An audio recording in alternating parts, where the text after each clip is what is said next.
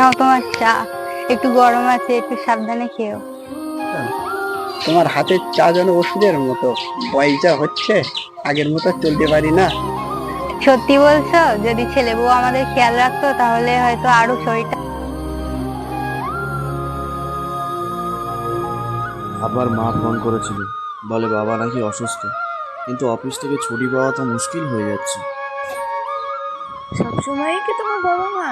আমাদের জীবন আমাদের দায়িত্ব বলে কি কিছুই নেই? ও মনটা যেন কেমন করে।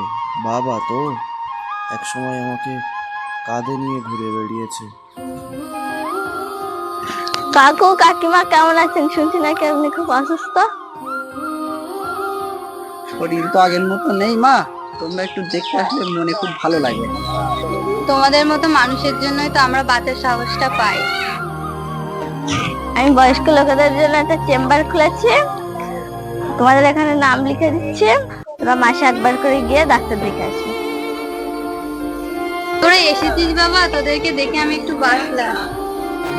তোদের ছায়াটুকু কতদিন দেখিনি। আমি খুব ভুল করেছি বাবা, তোমাদের ছেড়ে থাকাটা আমার উচিত হয়নি। আমি চেষ্টা করবো এবার থেকে তোমাদের সময় দেবো। তোমরাই তো আমার শেষ ভরসা বাবা। আমিও এসে গেছি, আপনারা আর একা নন। জীবনের শেষ বেলায় বাবা মায়ের পাশে থাকাটা শুধু দায়িত্ব নয়, ভালোবাসারও পরিচয়। সো ভিউয়ার্স, এই ছিল আজকের আমাদের ভিডিও। পাশে থাকুন, সঙ্গে থাকুন, দেখা হচ্ছে নেক্সট ভিডিওতে।